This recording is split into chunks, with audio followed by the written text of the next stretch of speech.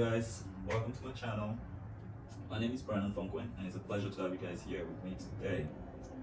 So if you're not subscribed yet, click the little subscribe button below, hit the bell for all the notifications, and if you like this video, be sure to give us a thumbs up. Appreciate that. Well, lots of y'all been asking about, well, maybe a few of you at least been asking about if I make like nutrition videos, how to help lose belly fat without working out too hard and all that. On this channel, I talk about fitness, wellness, lifestyle, and all that. True, I've mostly been posting my workout videos, but like promised, I have been working on bringing more nutritive content and little, maybe you could call it lifestyle hacks, little things you can do to help yourself work along with your body to lose excess fat or the extra pounds without doing too much of, working out back to back. Because as we know, nutrition is the main thing. But before we go to nutrition, today I want to start this series. I'm gonna flip through my notes a little bit. Today I'm gonna start this series. I want us to understand primarily a few basic things about our body. But before we get there, how do you know you have too much, belly fat or like getting excess pounds around your abdomen and all that without seeing or feeling it? Very simple way to do it. You can measure it. Take a tape measure and you go right on the lower back, right through your love handles and on top of your belly button. Your belly button right there. And you measure it with a tape measure. For men, if you are 90 centimeters and above, the tummy is getting a little round and you have a little excess accumulating. For women, if you're above 80 centimeters, same story. Okay, so in the morning for me, when I wake up, it's a routine for me. I wake up, I go and use the restroom, I don't eat anything, I have nothing on but my underwear, I weigh myself, and then I measure my waist, and I journal it. And this is the journal right here. I journal it when I wake up, what I ate in the morning and all that. But before weighing myself and everything, I don't eat anything. So I just journal it right here. Journal it. It's important to journal it so you can keep track of your progression. Don't just think it like, I think last Monday I did it at this time. No, write it down. It takes no time. It's just a few seconds. Just write it down. Keep track of it. If you don't want to do it on paper like me, you can do it in your phone. Put your notes and just write it down. Journal it. Keep it so you can track your progress. It's important. Now, I want to mention a term here, which will help us understand why it's important to eat at specific times and not at certain times. The circadian rhythm, which is basically our biological clock, tells us when it's morning to wake up and be active, and when it's evening, we're tired, we feel like resting. It tells us go to sleep. That's the long and short of what the circadian rhythm is. And it's important to walk with it. Why? Because with these time frames, our body secretes different hormones during those time frames. And in the morning, our body secretes insulin, which help us break down the carbs and all that, turn into energy, and we can use as fuel throughout the day. In the evening, after sunset, insulin goes to rest, and our body secretes growth hormones that helps with repair that from damage throughout the day and help us grow. Not grow, it helps us grow vertically, not horizontally. So that's why it's important to understand circadian rhythms and to work with our body to help us lose the excess fat and not put it on in the first place, Now, why do we gain fats, right? Where do it come from in the first place? It's two simple reasons. The first, you might have guessed, is we're eating at the wrong times, like I explained earlier. The second, it's eating way too much. We eat way too much. We eat way too frequently and way too much, way more than we need actually. So the body just turns that excess into storage, in other words, into fats, and accumulates it right there for future use. But guess what?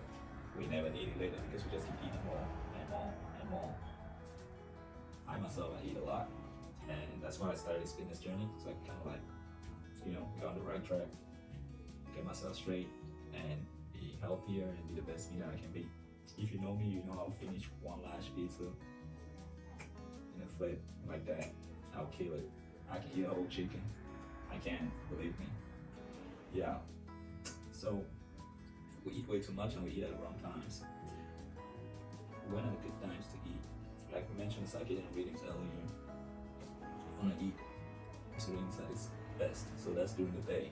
You don't want to eat anything after sunset. Now during the summer, you have little time changes and all that. I keep my sunset at 6 p.m. I don't care, summer, winter, spring, fall. Sunset for me is 6 p.m. That's kind of how your circadian rhythm goes with it. So don't be fooled by the sun being outside and all that. Go with that and you have the optimal results. We want to keep our eating cycles in 12-hour window, not more than that. It's better if you can bring it down to 10, and it's even best if you can bring it down to 8, so an 8-hour window. What do I mean by these eating windows? So your eating window start with the first thing you have in the morning, anything other than water. So let's say in the morning at 7 or 8 a.m. you have your coffee, that's your first bite. Your eating window started. And then you had your last bite at around 8 p.m. That's your last bite, and he makes your eating window a 12-hour window. And then from there, it's your fasting window all the way to 8 the next morning. So like I said, keep it within a 12-hour window. That's preferable to be between a 12-hour window, nothing more than that. It's better to keep it within a 10-hour window. It's best to make it an 8-hour window because it all relates to your circadian rhythm. So let's say you had your first bite at maybe 9 in the morning or 10. Me, for example, my first bite usually around 10, 11. Not because I try to starve and then it's just I've built the habit and now I'm literally not hungry. I don't even feel hungry till like 10, 11. I have to remind myself like, hey, eat something. Yeah. So if you had your first bite at 10 a.m., push it all the way, and then throughout the day you eat, and your last bite is at 6 p.m. That's a good 8-hour window. After that, just drink water. Your brain is gonna fight you, your impulse is gonna challenge you, but stick to water. You're in bed by maybe 10, sleep all night, wake up the next day, continue with your rhythm like that. That's perfect eating window for your body to walk hand in hand with your body with the circadian rhythm. That way insulin does its job in the evening.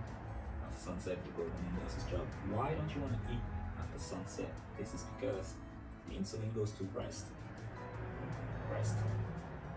The secretion of insulin is very minimal, if not non-existent, after sunset. So when you eat after sunset, you push your body, you force the pancreas to secrete more insulin.